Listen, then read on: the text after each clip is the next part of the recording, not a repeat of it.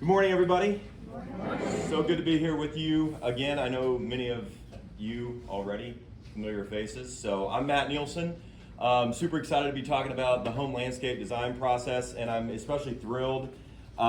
Nancy asked me who I wanted to involve with this, if I would like a co-speaker, and I said I would. I didn't know initially who that would be, and over the past couple of months I've really come to admire some of the projects that Nate is working on, primarily in the area of native plants in Mississippi, learning how to propagate them, learning how to grow them, and producing them in his backyard.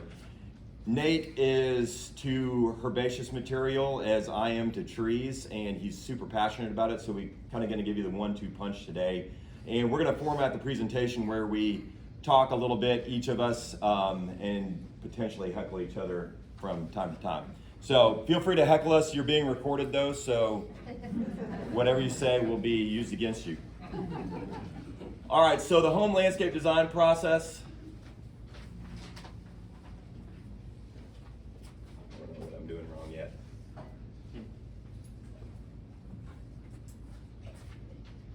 Well, It's on. Yep, we'll go with that.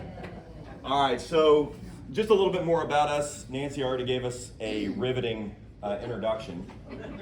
I'm a consulting arborist in town, and I also love all plants. I especially love trees, but all plants in the landscape. This is my wife, Christy. She's a professor at Ole Miss in the accounting school, and this is our daughter, Juniper. In case you wondered how much I loved plants, we named our kid after a plant. So I've got a lot of chlorophyll running through my veins, and super thrilled to be sharing with you this morning.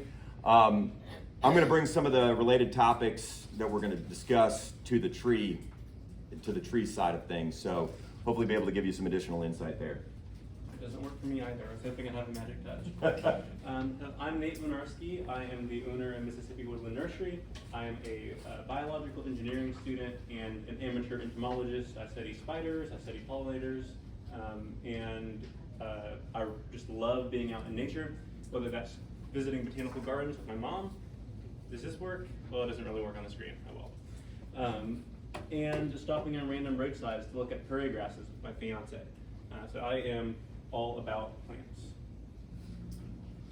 Fantastic. So this morning we're going to talk about design and implementation. The second presentation is going to be more about managing your landscape and enhancing it over time. This first lecture, wow, that sounds too official. This first chat is about how do you get started. Many of you already have a garden, perhaps you already have a landscape, and but you're oftentimes asked by friends, how do I handle my landscape? If you're a master gardener, you love to educate, right? So if you're not a master gardener, you're probably here, you want to learn, and maybe after today you will become a master gardener. Is that the pitch, Nancy? So where to start in the design process, and some of those same principles can be applied to a landscape that you've already built, or a landscape that you're in the process of developing. Secondly, some steps for success with the implementation side, some lessons learned. We're going to share some real life examples. And then selecting native plants. How do you go about picking native plants? What is a native plant? Why does it matter? Why is it important? And what can you use in your home landscape that may be relatively unknown? I'll go ahead and give you a little carrot. Stick around for the very end of the second presentation. Nate's going to talk about some plants that really have not been in the nursery trade in Mississippi at all, that he's bringing to the market that's going to be super exciting to include in your home landscape. So more on that later. So the question that you may be asking is, where do I start with gardening? If you're a master gardener, this is probably old information, but the most important thing is to really know yourself, know what you are willing to put into your landscape in terms of time, effort, and money, and know what you expect to get out.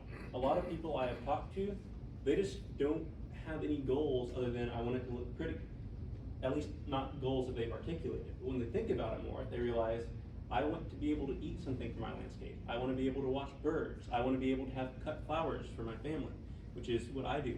The reason why my yard is so full of wildflowers and not just weird native grasses is because my mom and my fiance love flowers, and so I love to in this particular arrangement, we have rose verbena, rosemary, and orange milkweed, and that weird wispy grass thing is a rush, Druncus ephesus pink twister, which is a naturally occurring variation of a common rush. You can find things that look like that growing wild in Mississippi. When you're working to know yourself, you also want to think about, do I want to use native plants in my landscape? Because that's what this talk is about, is using native plants. And so the two main reasons to use native plants are, one, because you want to support wildlife. It is really difficult to support wildlife without native plants. A lot of people have pollinator gardens that have zinnia and leucaena and sedum and a bunch of other beautiful cultivated plants. And then when they add native plants, they realize now all of the insects are visiting the native plants and not those exotic ones.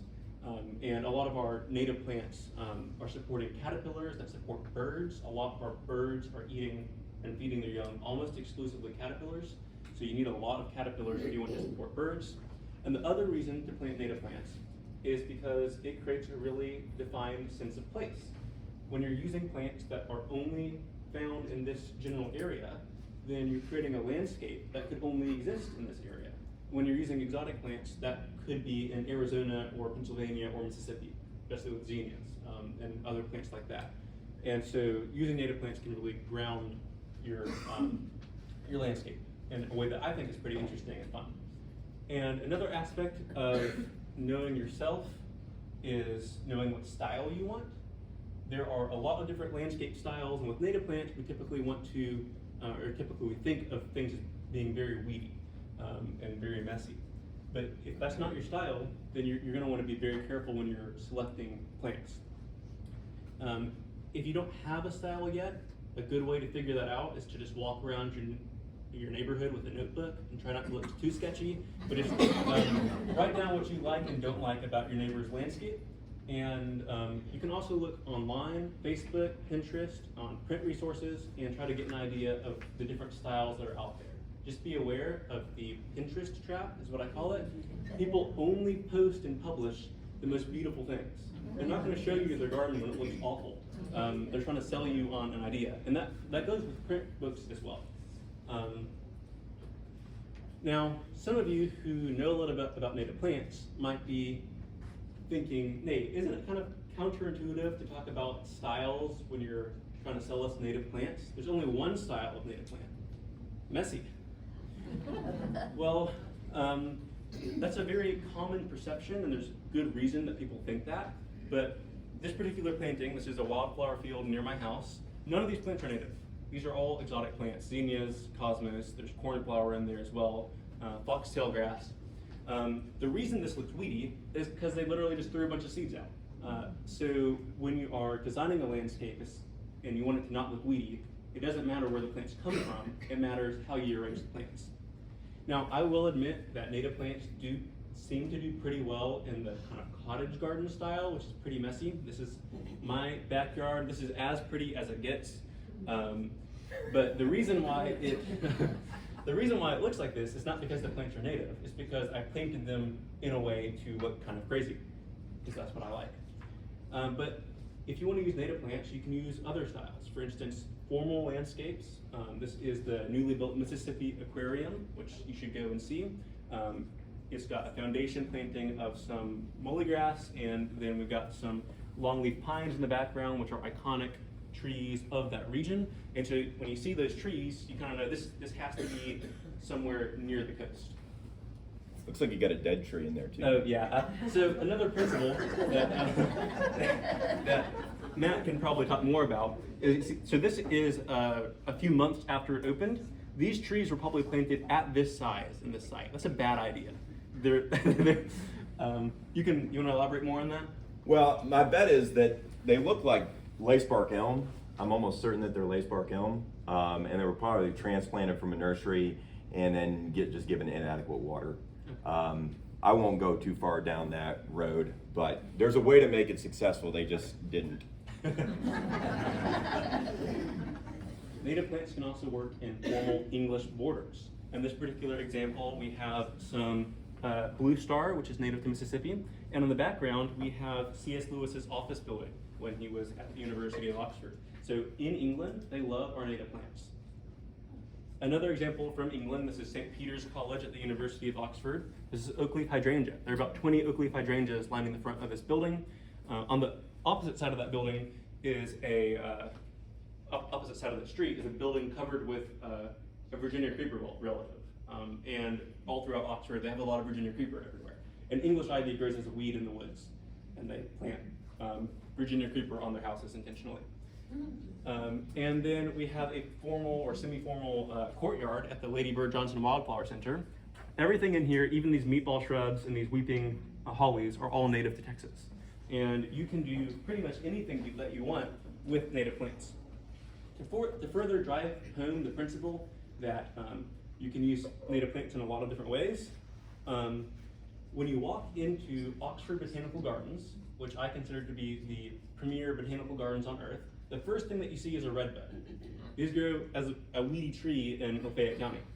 And as you walk throughout the gardens, you're going to see some prairie dock, this thing with the big leaves. It has yellow flowers in late summer, and it grows wild in Mississippi. You also are going to see some phlox. Phlox grows wild in Mississippi, and some pallid coneflower that grows in Alabama. And then there are a few, there's some catch flies there that are not native. We do have native catch flies, but that's not one of them. But this is a big component of the Oxford landscape, or the Oxford Botanical Gardens landscape. And then they've got a shade garden that has foam flower. This is a nice native to North Mississippi. And then at St. Peter's College, there is a lot of foxglove beard tongue, which is a nice spring blooming plant. And this really surprised me. Would you like to guess what this plant is? No, it doesn't look like poison ivy. It's a poison ivy lookalike that a lot of people get confused in Mississippi. This is box elder. If you've heard of it before, it's a really, really weedy tree. And this is growing at New College on Oxford University. It's where a lot of Harry Potter was filmed. I've not seen the films, but this tree might be in the background. And New College is called New College, by the way, because it was built rather recently in Oxford time, 1379. But this is such a weedy tree in Mississippi that it's literally growing inside an unfinished part of my apartment complex. Yeah, so it's indoors. They haven't put down the floor yet, and it's perfectly fine in there.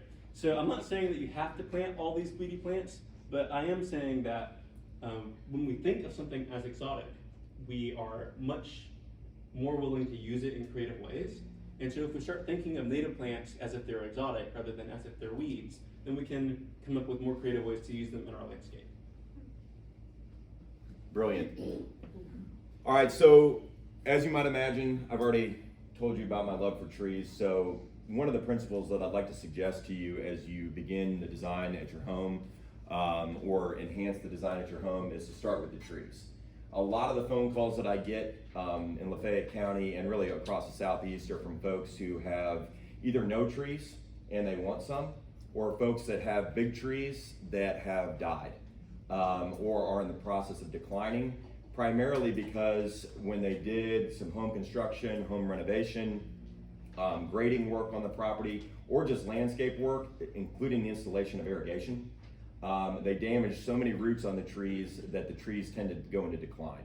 So I'm going to show you a couple of examples of that, but before we get into that, many of you may have moved into a home that has no trees. The way that we develop sites now is complete mass grading. That allows for easier installation of utilities. There's a lot of folks that don't like that, but that is currently the way that the home construction trend leans.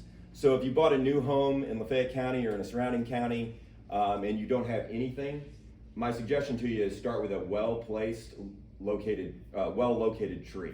What do I mean by that? Well, don't plant a crepe myrtle 3 feet from the edge of your house. Don't plant an oak tree 3 feet from the edge of your house. Consider the future of what that tree is going to look like even when you're dead. So 50, 100 years from now, where is that tree going to grow? Where's it going to send its roots? Where's its canopy going to grow? How are you going to plan for that in the selection of what you pick? These are both Nuttall oaks. Highly recommend Nuttall oak, Quercus natalii. It is a bottomland native.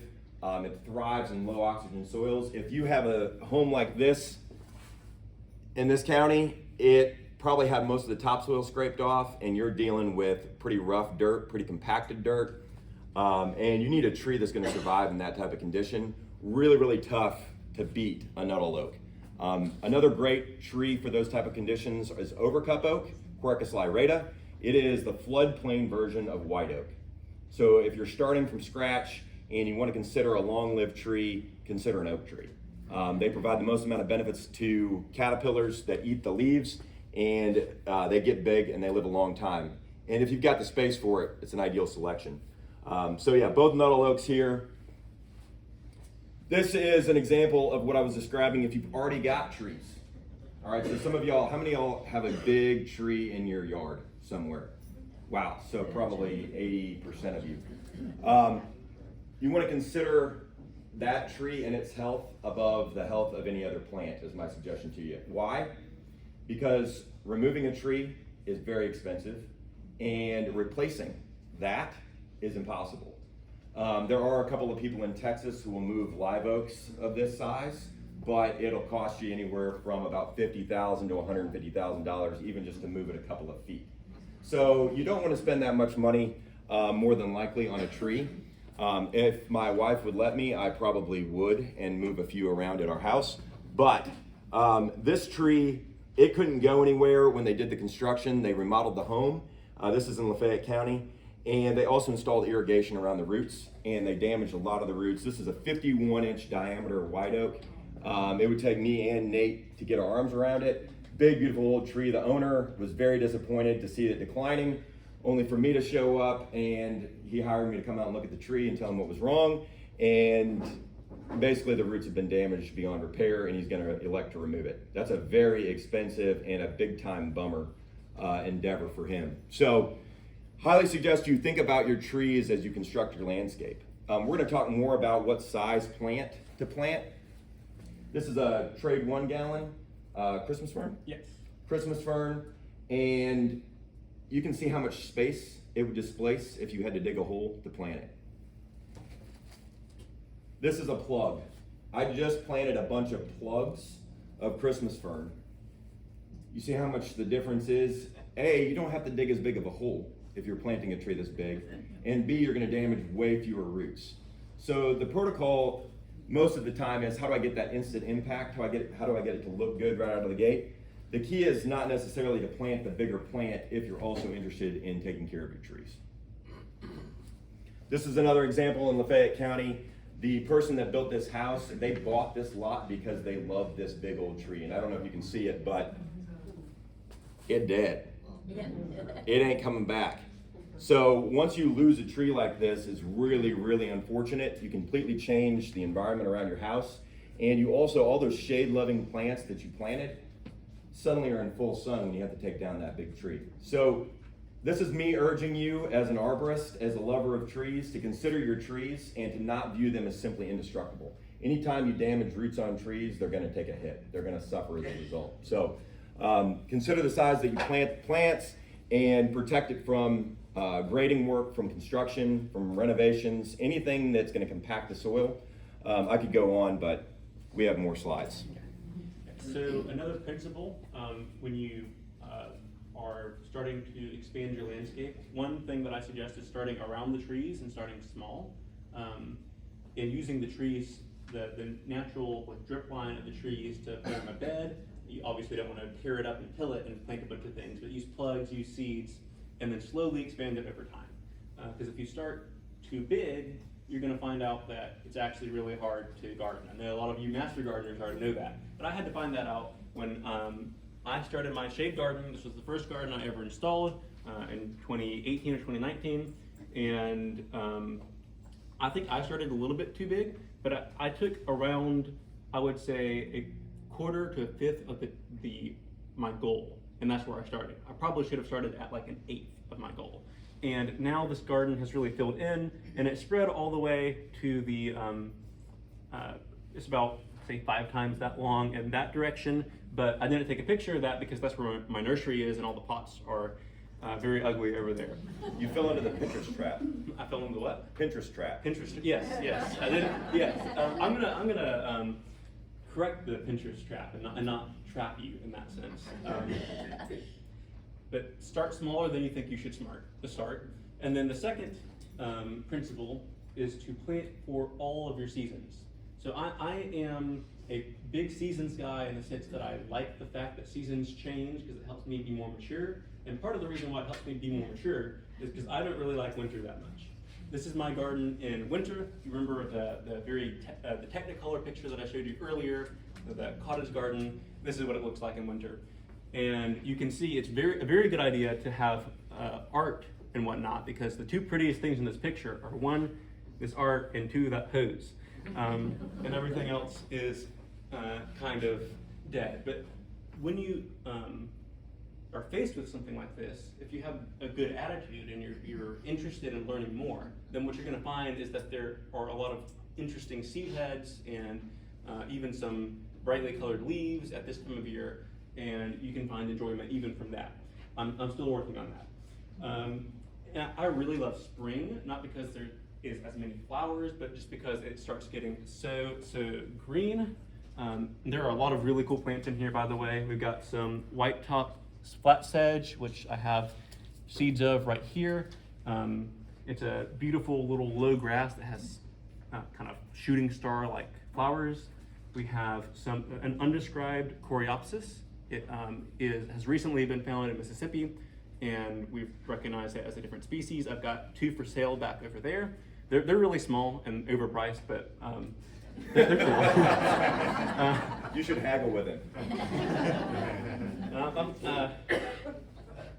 And then in summer, it gets a lot more messy, but it gets a lot more showy. You've got a lot more hummingbirds love all these flowers, especially these morning glories, which I have right here. They're less aggressive than most morning glories that I've encountered, and they're also edible. They're sometimes called man of the earth. They're in the same genus as sweet potatoes.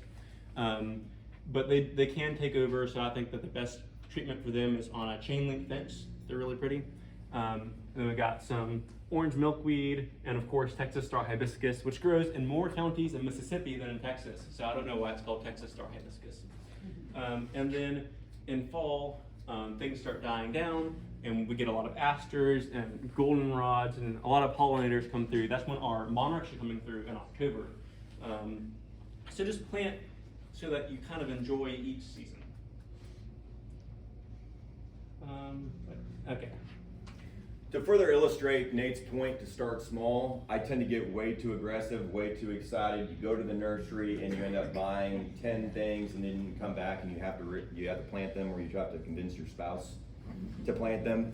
And it gets pretty laborious, and then you've created for yourself a maintenance nightmare where you're out there trying to water, you're trying to weed, you're always fighting this uphill battle. Scale it down. And one way to scale it down is to physically draw a design. You may not consider yourself a designer, but every single one of you has, and some of you may consider yourself designers, but every single one of us has some creativity inside of us. And Nate and I were talking last night, creativity is not necessarily coming up with something new. It's the combination of things that already exist. There really aren't that many things new in the world in a given year, but it's combining things in a new way. It's changing things that were always thought of as something, and now you're turning it into something else. So a design is a really good way to root and ground yourself. We need the next slide. There's a couple of really great tools to do this at scale. The first thing I recommend is just start with a base plan. It is somewhat of an effort. It's really great if you have a partner, a friend, spouse, whatever, that can help you define your spaces with some measuring tape, and you draw it out real rough. And then you can come back and you can sit down with a template like this. This is on Amazon, $13. I use this in every one of my designs. There's a lot of software programs that are out there, but I still just jive and get excited about doing a hand sketch on a design. I'm one of the few left that does that. But this is a template that allows you to select different size circles, so it allows you to draw things at their mature size. Highly recommend that when you're doing a drawing, you draw at the mature size of a plant and space your plants accordingly. That'll prevent you from overplanting, it'll prevent you from underplanting, and it'll let you have a mature landscape 2-3 years down the road that really looks good. So, anybody have one of these templates? I'm the only one. One more. Awesome. Do you use it? No? Oh, that's not a good sales pitch. She uses it and loves it. The other thing that I suggest is taking some flags, different colors. You can get those at Shaw Hardware. You can get them anywhere, really. And get a plethora of different colors, and you can even write on them with a magic marker and go out and stick them where you want your plants and live with it for a couple of weeks. Before you go crazy and go to the nursery or get online and start selecting things that you want to plant, just put some flags out and live with it for a few weeks and see, do I like the way that this looks? Obviously you don't like flags in your yard for forever, but it just gives you an idea of where your plants are going to go, and you might end up moving some things around just out there on the fly. A lot easier to do that with flags. Go ahead. So this kind of further illustrates the concept of starting small and how the template can really come into play. This is at Strawberry Plains at the Davis House. Did anybody make it to the Hummingbird Festival? I know it was canceled on Sunday this year, but anybody make it up there? One person? Really beautiful place to go. I highly encourage you to head up to Strawberry Plains. It's in Holly Springs. They are open during the week and on the many weekends. We took the entire Davis House and we renovated it, but the key was we started with just the front. The tendency was to look at the entire Davis House, which is about an acre of landscaped area, and to try to tackle that entire thing in one swipe. I am so glad that we just started with the east and the west sides in the front of the house. So this is the design, all sorts of super cool things to go check out there, a bunch of different carex, which Nate's already talked a little bit about, sedges. There's now about 5 different species of sedges used in the landscape there. That is probably the #1 plant that is underutilized in Mississippi in our home landscapes. It looks pretty blasé, but it is really, really fantastic, very adaptable, and there's a number of different species. Nate will talk a little bit more about that, but super cool to go see this. I'm glad to share a copy of the plan if anybody wants it, so you can take it with you when you go to Strawberry Plains. Beautiful gardens to now go and take a look at, but again, start small. We started in the spring with just the front. After we got that done, we waited until the fall to start in the back. So phase it out, don't be afraid to tackle it in small bits. This is the west side in the front, just for a pretty picture. This is the back. So if you're like, I don't really feel like designing all that with all those circles, you don't have to make it pretty. I drew this, and I'm reasonably proud of it. It's a bunch of squiggly circles with a bunch of jotted notes. I gave this to the installation contractor, and we planted almost exclusively pots of this size and plugs in the back.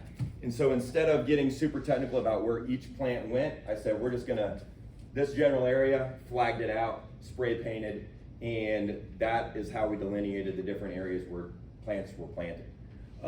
So the back, to Nate's further point, determining the style, the front is very formal, and it was intended to be formal for wedding pictures, which is what a lot of people use the Davis House for.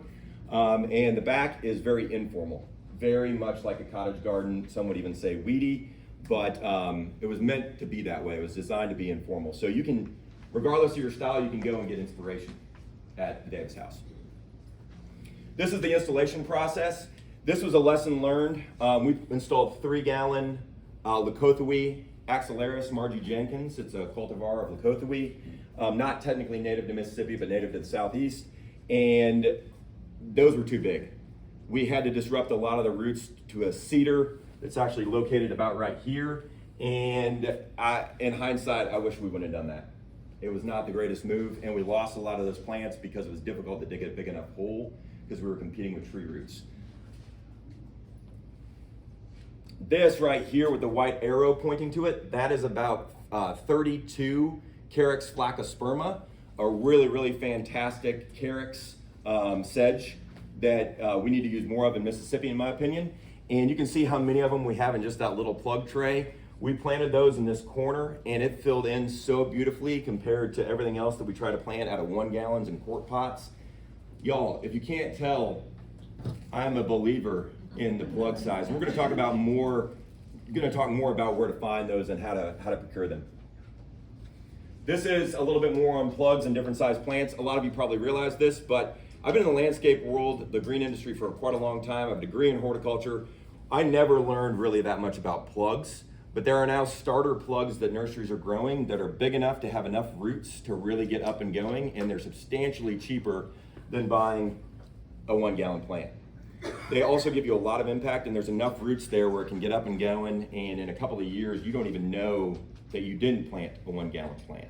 So many nurseries, actually, to get to something this size, they're buying the plug, and they're putting it into a bigger pot. So you can circumvent that process somewhat. Now, if you want instant impact, that's fine. Go with the gallon, go with the 3 gallon, but know that there are plugs out there, and it's a pretty good sized plant for a lower cost installation. This is Columbine, Mississippi native, planted here from plugs about 3 months later. So they established pretty quickly. Okay, so the final section of this first talk is about selecting native plants for your landscape. The 3 big principles that I want you to take home is 1, you don't want to go buy a bunch of plants and then figure out where to put them in your landscape or how to change your landscape to fit the plants. You want to figure out what your landscape is like and then match the plants to that landscape. And that's true whether you're using exotic plants or native plants. Think of the trees first. We've already been stressing that. We want to stress that even more. The trees, especially where you all are in Lafayette and surrounding areas, y'all's ecoregion or your ecological region is the northern hilly Gulf coastal plains, which is an really understudied forest system with a lot of cool oaks and other trees that were the dominant forest species, and also it was fire dependent in some areas. So there were low intensity fires along in the brushes that would keep the shrubs from getting too high, and so you had big trees and then lots of diverse wildflowers underneath it. So in your area, trees are like the backbone of your ecosystem. So if you're gardening for ecosystems, think about trees. And then you really want to plan to have continuous blooms for your own sake and also for pollinators. It's really easy to do this with native plants. In my yard, I get blooms from around April to September, sometimes into December, just from 2 plants. Blue jacket, or Ohio spiderwort, and Goldsturm rudbeckia, which is, we'll talk about it later, but it's a rudbeckia selection that was found in Germany, but is from the US originally. All right, and then to kind of wrap this presentation up, we thought we'd give you our top 10. Is anybody old enough to remember The Late Show with Dave Lemony? All right, good. So we will probably end up in this order just because I have a hard time keeping track of where I'm at when I'm giddy talking about plants. But here's our top 10. I've got 5, Nate's got 5. First one, and this is a classic example of a fall pollinator selection. Nate, am I right? October Skies Aster. This is currently blooming at Strawberry Plains. This plant has absolutely knocked my socks off. Anybody have this plant in their yard? Cool, awesome. So a really good one to consider. It kind of mounding, fluffy, and gets about 1.5, 2 feet tall at the most. You can plant it in your front yard, full sun. It's blooming right now. Great for pollinators, awesome native selection. Yes, if you're interested in supporting monarchs on their migration through Mississippi, I've been doing some research on pollinators in Mississippi, and in October, around 80% of a monarch's diet are native composites like these asters. Very cool. I didn't know that.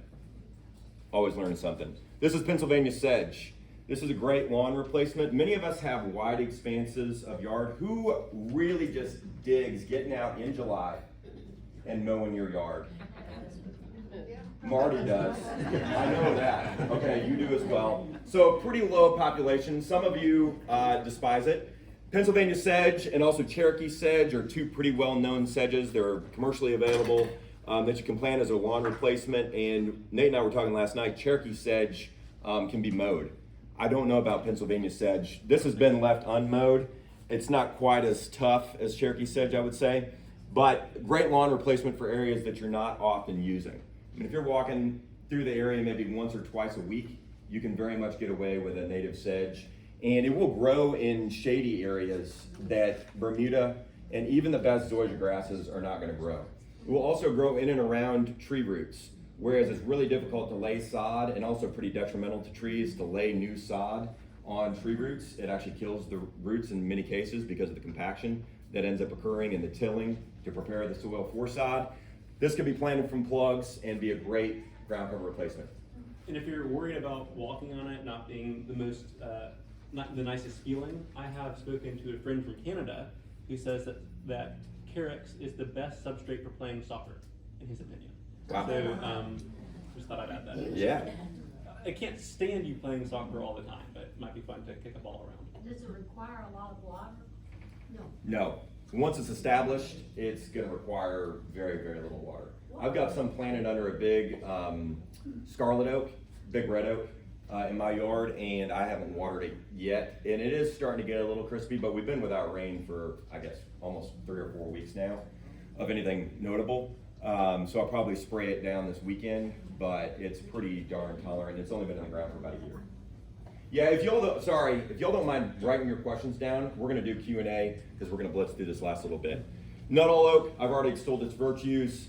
Really great oak, and oftentimes you get some fall color on Nuttall oak. There's a lot of red oaks that we have in Mississippi. Scarlet oak, black oak, those are gonna be really difficult to transplant. Southern red oaks, almost impossible to transplant successfully at larger sizes. But Nuttall oak, you can transplant 3-inch, 2-inch, 3-inch, 4-inch diameter with pretty good success. Christmas fern, Nate brought us an example. This is a fantastic plant. This is a courtyard in Holly Springs that I designed, and the Christmas fern are really the backbone of the evergreens. They really wanted to do some native plants, and so that kind of took boxwoods out of the equation, and they didn't want to prune. So these are small, Christmas fern's only going to get about this tall, so you can plant it in front of a foundation, and it's going to give you pretty close to evergreen impact. Marty knows, she's seen it in front of my house, and it is a beautiful evergreen to consider. Here's more Christmas fern under European hornbeam. We actually have a native hornbeam that I'm going to talk about next, but yeah, so this Christmas fern you can see was pretty dense and really beautiful. I mean, just a really exquisite design. This further points out Nate's concept that you can design formal with native plant material. Those are all native ferns. This is Orange Crush American Hornbeam, Carpinus caroliniana Orange Crush. This is available from a nursery in Georgia. I don't think you can find it yet in Mississippi anywhere, but a really cool plant, native to the southeast. You'll find American hornbeam growing along streams oftentimes in alluvial areas. Anybody want to take a guess at where this is? The picture, well, it's the Memphis airport. It's the Memphis airport. This is on the arduous walk that you must make from the parking garage all the way to the terminal. If you haven't been to the Memphis airport recently, they also upgraded the terminals. Oh. It's amazing. It is. It is. I thought that I had gone to the wrong airport, which I don't know how it's feasible, but I literally second guessed myself for about 20 seconds. This is on the walk-in. There's a number of different things that they planted. A difficult environment, and this is American hornbeam. It's also called musclewood. You see how the bark kind of twists? It is a really beautiful kind of muscular looking tree, and it only is going to grow in most cases about 20, 25 feet at the most. So really great small to medium-sized tree. If you're battling crepe myrtle bark scale and you're just tired of crepe myrtles, or maybe you just want to be different because it's fun, consider something like American hornbeam as a replacement for a plant like crepe myrtle. It can also be grown multi-trunk. So, Nick. Okay, my top 5, starting out with Phlox divaricata, or woodland phlox. That's what this guy is, and I am giving them away. They're on that back table over there. You can just take out a plug and put it in a bag. It is a fantastic ground cover that blooms in spring.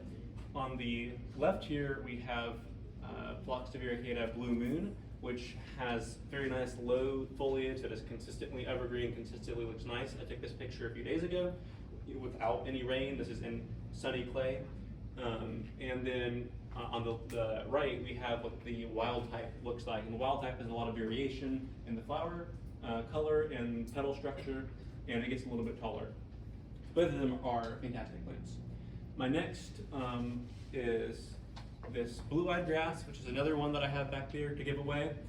It's in the iris family, but it does not need wet feet. It can handle poorly drained areas that flood. It can also handle kind of drier areas. And it's just a great evergreen. I think it's kind of a replacement for variety in some situations. And then we have one of the best vines, ornamental vines in the world, really. This plant blooms year round. If you get certain cultivars like Major Wheeler, the wild type only blooms for a few weeks in spring, but even in snow. And it has beautiful evergreen leaves, it produces berries, it is a host to the hummingbird clearwing moth, it is a nectar source for hummingbirds, and you can see in this on our right that it is really not all that aggressive. Most of the stuff that's taking over there is another native crossvine. But the main complaint I hear about with coral honeysuckle is that it doesn't spread enough. So if you're looking for something that's not going to get out of hand, that's a pretty good option. So Nate, is this the coral honeysuckle Yes. and this the crossvine? Yes, the crossvine has kind of the yellow opening to the flowers, and they're bigger. And actually, I will note, I'm trying to find out what this cultivar of crossvine is that I've seen that smells like chocolate, because the wild type doesn't. And one of them smells like chocolate. So if you know what cultivar that might be, please let me know. My next top one are sumacs, not poison sumacs. Poison sumacs are uncommon wetland shrubs that only grow in the south half of Mississippi, and they have white berries, so you don't have to worry about them. These sumacs actually have edible drupes. They're not berries, they're drupes, that you can make either like a salad dressing out of or a lemonade-like drink called sumacade. As with most things in foraging, add sugar to taste. On the left, we have smooth sumac growing at the Missouri Botanical Gardens, and on the right, we have winged sumac, which is slightly more common in Mississippi, growing at the Mississippi Art Museum. And that's in December. So it can hold its leaves for a while. I think it's a great kind of native alternative to Japanese maple. And it has color that rivals maples, in my opinion. My last in my top 5, and if you'll notice, all of these plants that I've mentioned, except for the sumac, are spring bloomers or have spring interest.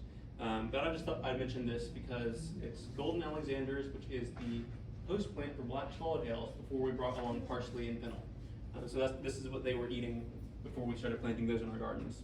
And it has very cute little flowers. It can grow in, I've seen it growing on steeply eroded woodland banks in heavy shade. So it can handle a lot of conditions. It can also handle more sun. All right, so we're going to wrap this up just talking about a few different resources that you might want to consider. Has anybody ever been on the BONAP site? BONAP stands for? Biota of North America Project. You've been on there. Awesome. All you have to do to determine if a plant is native to your county, to your state, to the country, is you type in the scientific name of the plant and the word BONAP. B-O-N-A-P. And I think this is listed on one of those handouts as well. So, super helpful resource. This is actually Lonicera sempervirens, which is coral honeysuckle, one of Nate's top 5. This is its native range. If you see right here, that light green denotes that it's native to the county, and there is a color key on the website, so you don't have to memorize this. There'll be no test. The Lafayette County is in light green right here, so it's actually been found and recorded here in Lafayette County. Conversely, this is Lonicera japonica. You'll see it's in light blue. That means that it's invasive. The pink that Mississippi has lit up means it's noxious, and it also means that it's been found in every single county in the state, right? So I learned that last night from Nate. This is an incredibly invasive weed. If you don't have it in your garden, you probably will next year. But Lonicera sempervirens, native, Lonicera japonica not, and BONAP can tell you that in a snap. So you can quickly see where is that plant native to, where is it likely to grow. And if it's native to Lafayette County, you got a pretty good shot at growing it in your yard, provided that the conditions are right. Japanese honeysuckle.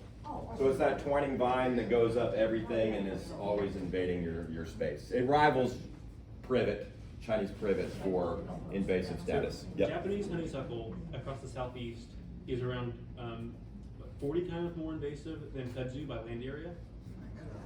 Yes. So I don't have the numbers off the top of my head, but it's somewhere around the scale of 10 million acres invaded by Japanese honeysuckle, and that's because hunters planted them to attract deer. And we'll learn later that you don't need to plant honeysuckle to attract deer. They'll come to your yard anyway. And then one other resource that is great to use in conjunction with Bonap is iNaturalist. One, you can use it to take pictures of things and identify them pretty easily. If you post them on iNaturalist, there will be experts who periodically come through and identify them for you. I try to look at every observation that's posted in the state, so if I know it, then I can help you out. And you can use it to find out what plants grow in your area. This is a search result for Lafayette County, and you can see it has 800 species of plants that can be found growing here. And that can really be helpful. And what's the name, please? iNaturalist. Lowercase I, capital N, Naturalist. It's an app that you can download on your phone, and you can also access it on your laptop or your desktop computer. Incredibly helpful.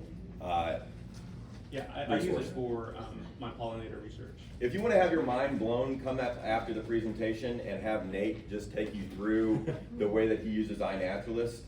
There is such a copious amount of information here, it will blow your mind. I learned a ton last night. Nate came and we went through the presentation together and talked about some of this stuff and got off on lots of tangents, geeking out about plants. But iNaturalist is super cool. So we'll take some questions. I know we've only got 6 minutes technically, but glad to take some questions. I know there were a few. On the carrots, Yep. we had some at the bottom, we thought was our garden, but it turns out it was not, it was part of the harvest. And we'd be babying it. Well, they came along and they mowed everything down, including the wild oats, which thank God they got rid of that. It's starting to come back, the carrots, and I have babied some of it, so will it really be okay? I mean, they keep trying to mow it down. Yes. Can y'all kind of repeat the question? Oh. Yeah, so the question was, I've got some wild oats, I've got some carrots, and also some oat, I'm guessing you're talking about Chasmanthium, but your question is mainly about carrots that continue to get mowed down by the utility company or by No, by the the city? park district. By the park, okay, by the Parks Department, and isn't going to make it. Nate? Yes, so I, over the summer, did an apprenticeship with MSU Extension in Raymond, and on that campus there, they had a big patch of Cherokee sedge that was mowed every week along with everything else, and it was fine. Oh, okay. Yeah, it should survive. It long as- doesn't get water or anything, I mean, It's adapted to that. yeah, It should make it. yeah. Spell that. Sedge? No, carrots. Carex, C-A-R-E-X. So that's the botanical name that's the genus name for all the sedges. And then you have Carex cherokeenensis, Carex flaccosperma. There's how many Carex? So around 10% of the plants in Mississippi are Carex species and other like flat sedges and whatnot. 10%. So there's a ton of different Carex out there. If you go to the Bonap Carex page, it literally takes like 5 minutes to load because there's like 300 range maps for all the different Carex that are out there. Yes. The slide before, you had a white flower that looked like a clematis. Is that also known as the moon flower that you can see at night? You're talking about this one? Yeah. This is Cornus Florida, which is flowering dogwood, just our native dogwood. The moon flower. So, oftentimes you don't see the flowering dogwood flowers nearly as easy because they're held up higher in the tree and we're short, relatively. Does that answer your question? Ma'am, did that answer your question? Yes. Okay, okay. My question was about the carrots too, so after battling nut sedge, I'm paranoid about planting any sedge or carrots. Are these sedges different, or do they? They are much different for the most Okay. part. Good question. Oh yeah, You can hear sorry. it back. Yes, so are Carex gonna spread like nut sedge? Because she's been fighting nut sedge. The answer is none of them spread that way, like rhizomatically, aggressively. There are a few like Carex blonda that will seed around a lot, but for the most part, you're not gonna have that problem. They're much more restrained and I would say much more refined, and most people are not going to think of them as a weed. So yeah, very different plant than nut sedge. It just happens to share the same common name, Yeah. which is off-putting, understandably. Yeah. Yeah. Other questions? How do you once you plant your sedge, I erroneously planted it in a rock area and it's invaded the rock area. And I would like to use it in my backyard to replace the grass that I have back there that's not doing well because of shade. Could I plant it without having it invade the flower beds and the other plantings?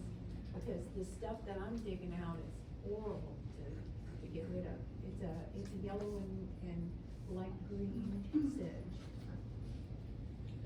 A yellow and light green sedge. Do you remember, did you buy it? No, it's a pass along. Okay.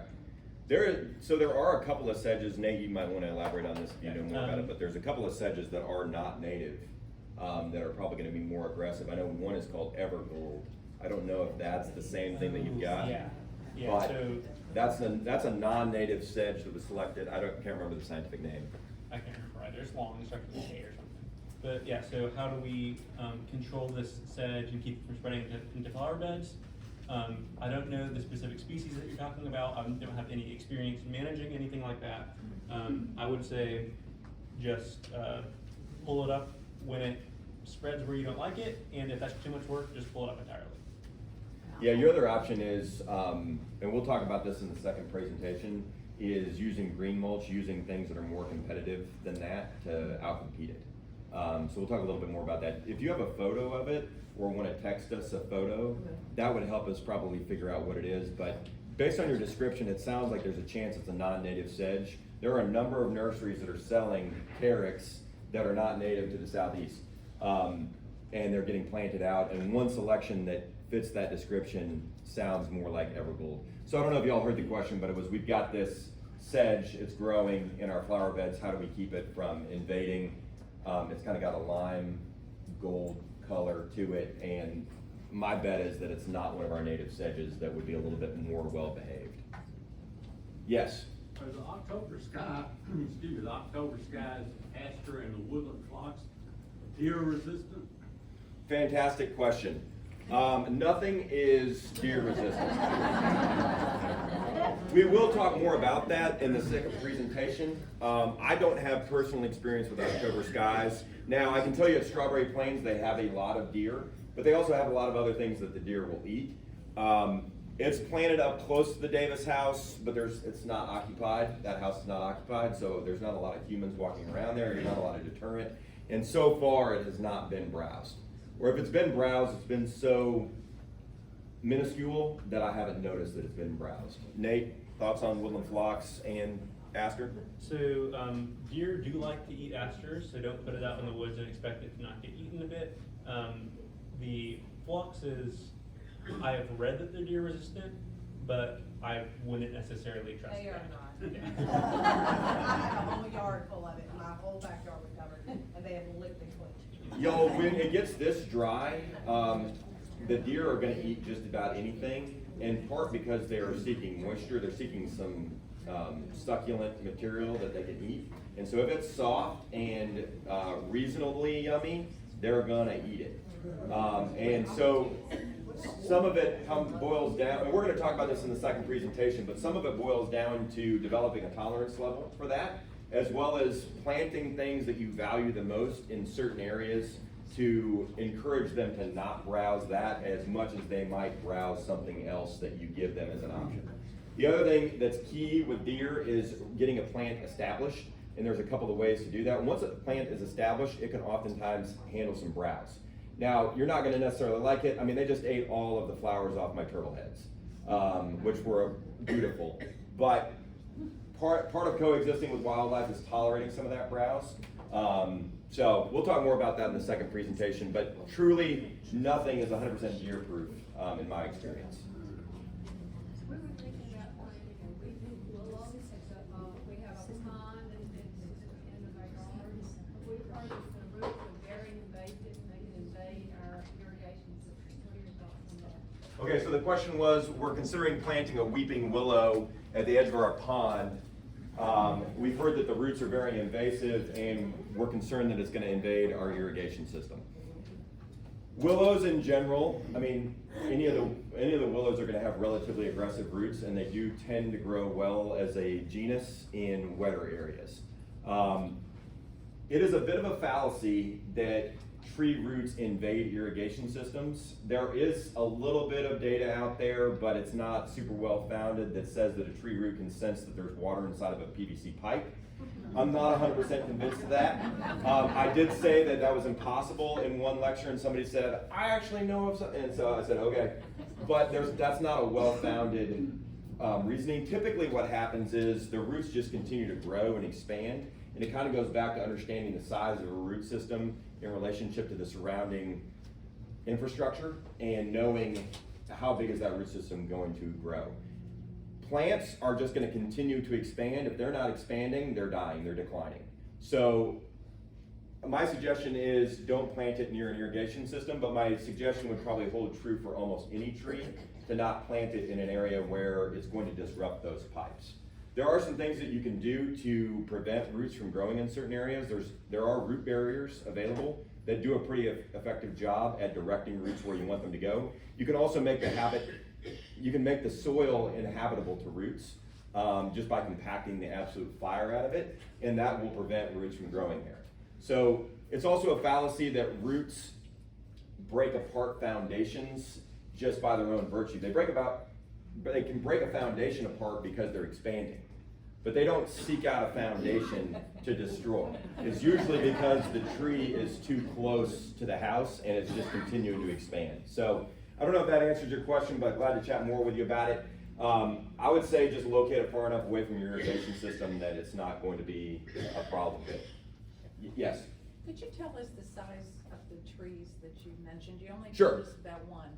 So Nuttall oak and all of your oaks, those are going to get somewhere, in most conditions, somewhere between 40 and 60 feet tall. There are actually Nuttall oaks planted in the Grove. I'm currently inventorying the Grove. There's going to be some awesome information available probably in this next year about the trees in the Grove, all their benefits that they're providing, the number of different species. It hasn't been inventoried since 2004, so it's a super exciting project, and there are Nuttall oaks in the Grove. Most of them are probably around 60 feet tall.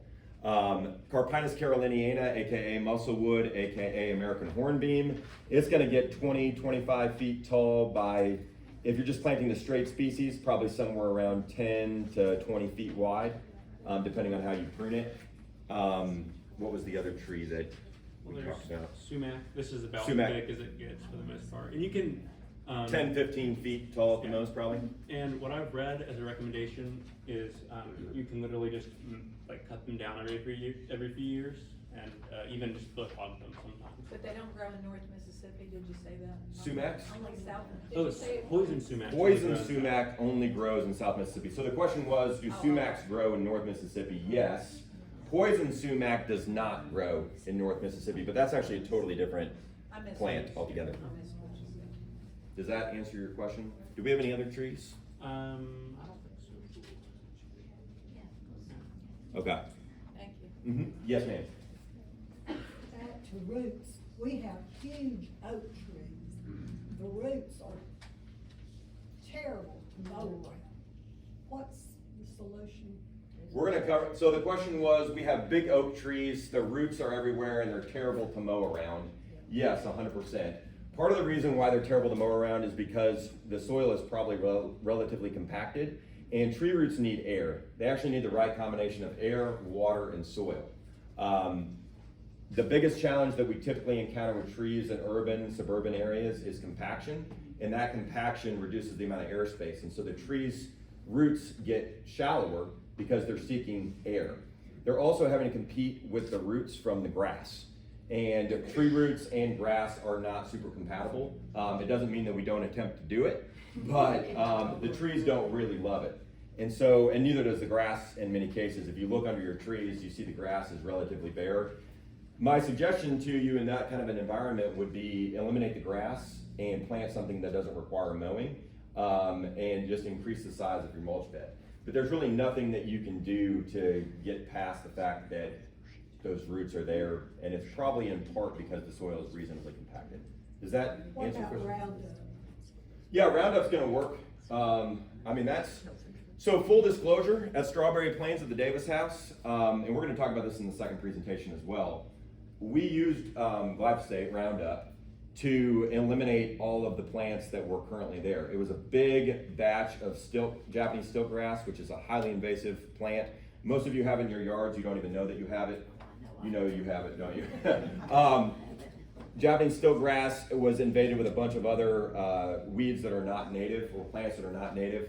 And so we use Roundup to eliminate it. So you can use Roundup. There is an organic alternative to Roundup that I use in my house called Torched. It was developed by a University of Georgia professor, and he has a company called Southland Organics. He actually makes chemicals for porta potties and vault toilets for the U.S. Forest Service, but he also makes a chemical or a product called Torched, Torched. You can buy it online. I buy mine concentrate, 2.5 gallons. Pretty much works the same as Roundup. It's not quite as effective, but it kills pretty much everything. So yeah, you could round those areas up and then just let the leaves fall and stay there, and you create a mulch bed around your tree. And that's frankly gonna be the best thing for your tree. So, good question.